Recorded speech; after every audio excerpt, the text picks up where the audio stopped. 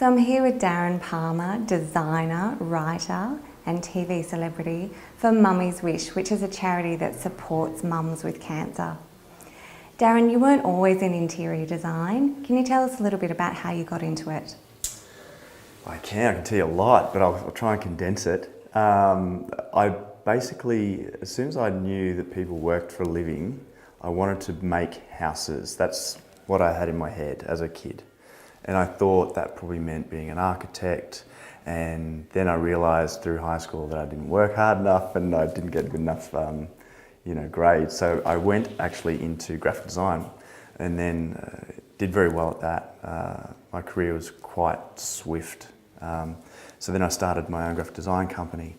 And at about 27, I kind of realised that every place I went into, every house that I rented, every person's home that I visited, I was redesigning in my head. Yeah. So I was thinking, that wall should come down and maybe if we do this and that moves here. It was this automatic process. So I kind of realised if I don't do something about that, I'm going to have to, it's not going to be good for me, let's say. So, and that's the thing with your passion, you have to follow your passion.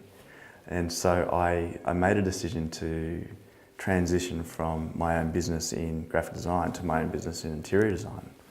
And with mortgages and all of that stuff that you have to pay for, it was hard.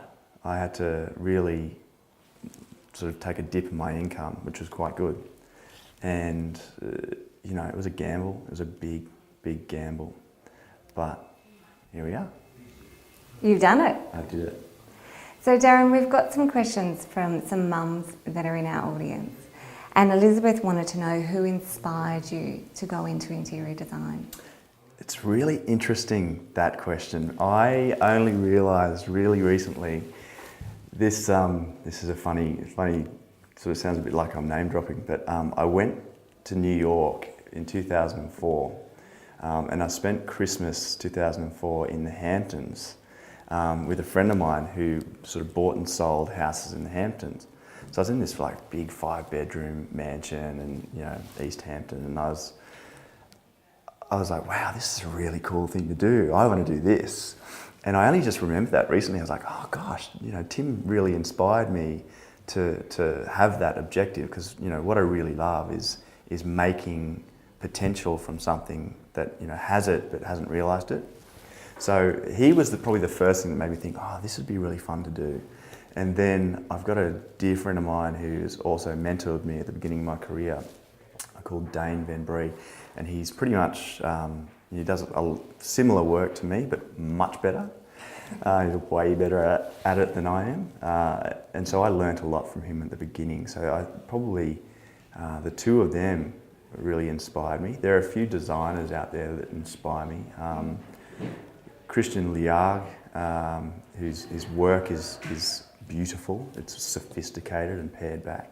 There's a lot of Belgian design out there that's really, really, again, it's pared back. It's a little bit more pared back than I would sort of want to replicate. But there's a lot of exciting stuff out there to inspire everybody. So Libby wanted to know how you landed the role as one of the judging trio on the block and how it's affected your life since. That's a great question. So in 2009 I did Homemade, and the producers of Homemade, who are Julian Kress and David Barber, are the same producers of The Block. So basically I did that show with them, became friends with them and stayed in touch. I also did the house of the director of programming for Channel 9, just after the Homemade as well. So I had a few connections in Channel 9, and I had done some mentoring and been paid by a company, property development company, to do educational videos.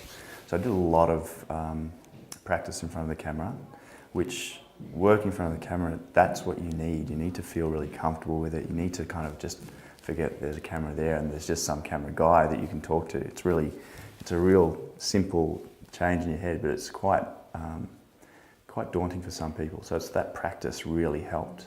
So then, with all that sort of connections and practice, I approached The Block in 2010 and said, look, can I do a guest spot or something? So I did a guest judging, and I did 1 ep on one season. And the next season I did 6 eps.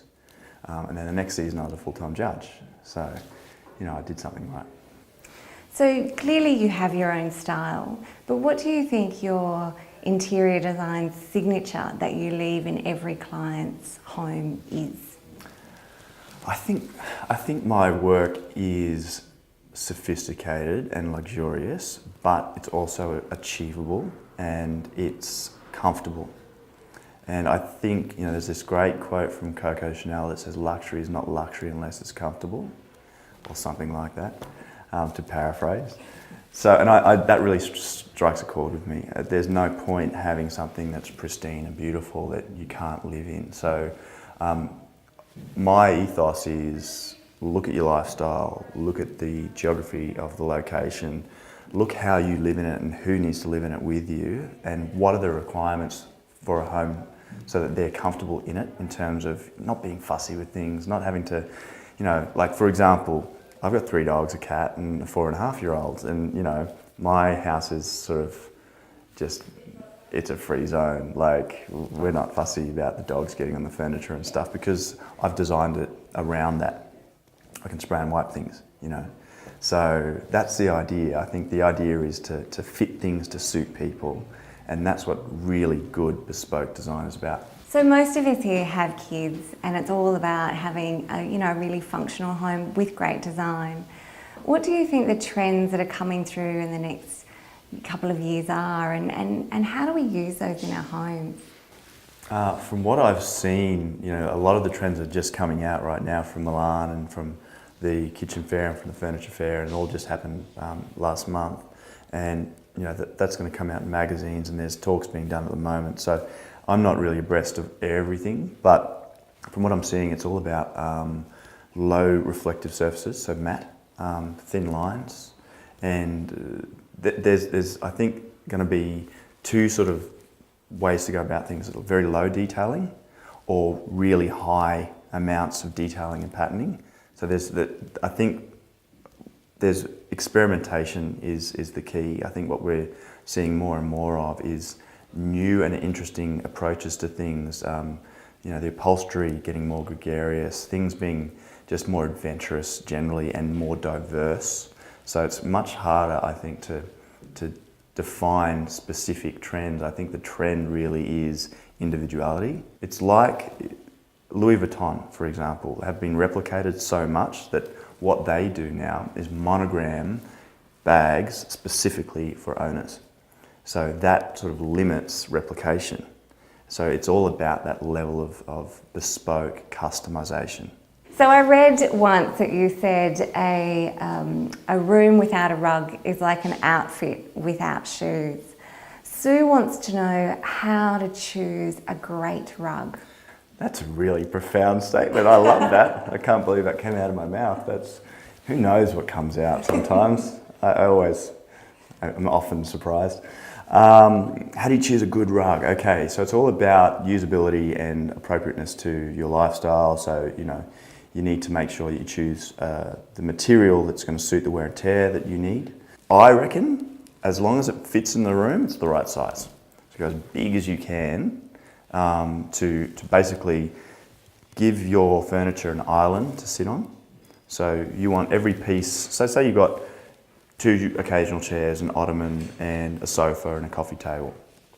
The rug needs to be wider than the sofa, big enough that the chairs can at least have 2 legs on the front, and that the ottoman can do the same, and that the coffee table can sit in it nicely. So it, much bigger than I would say most people instinctively want to get. And colour and pattern and something interesting, it could be that it's a natural texture that gives you that contrast. It could be that it's colour or pattern that gives you contrast, but rugs are about contrast. If you've got a very light space, get a darker rug, get something with more colour in it. It's a starting point for you to sort of decorate a room, and you can tie things like throws and cushions back into it.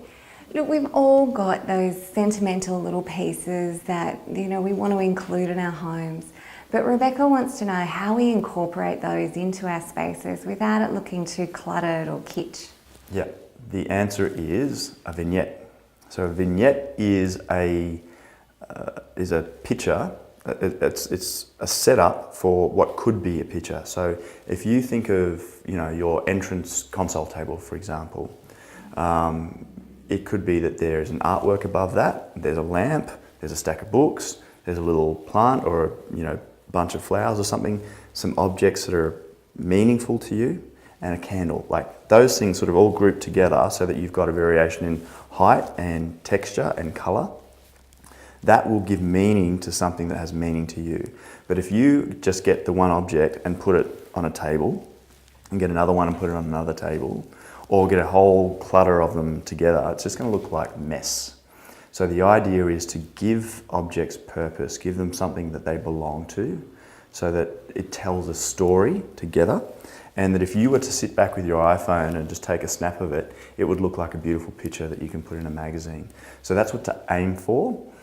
It takes practice. That's why we have people doing my job, thank goodness.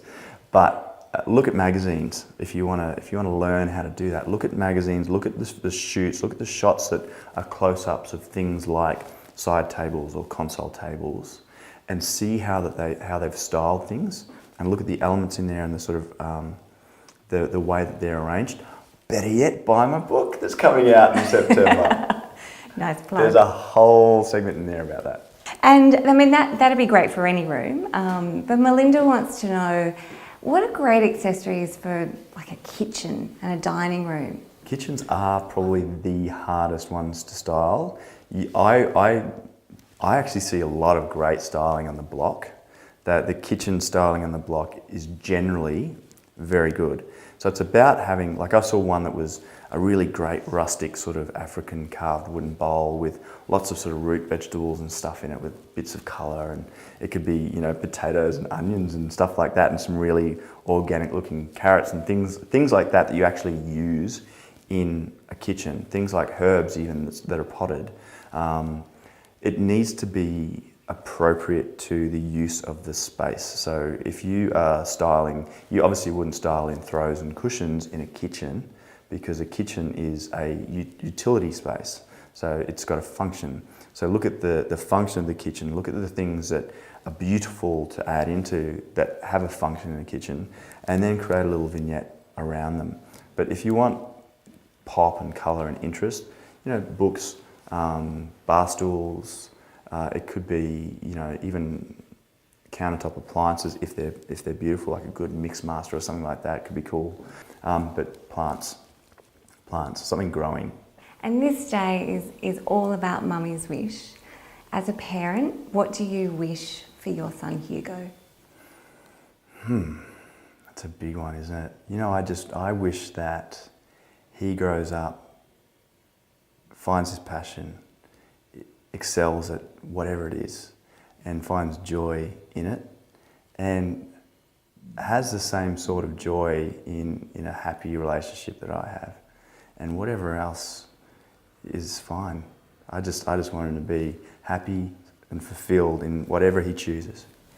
Darren, thank you for your time. You've been very generous, and I really appreciate it. I wish I could have been there in person, but thanks for watching.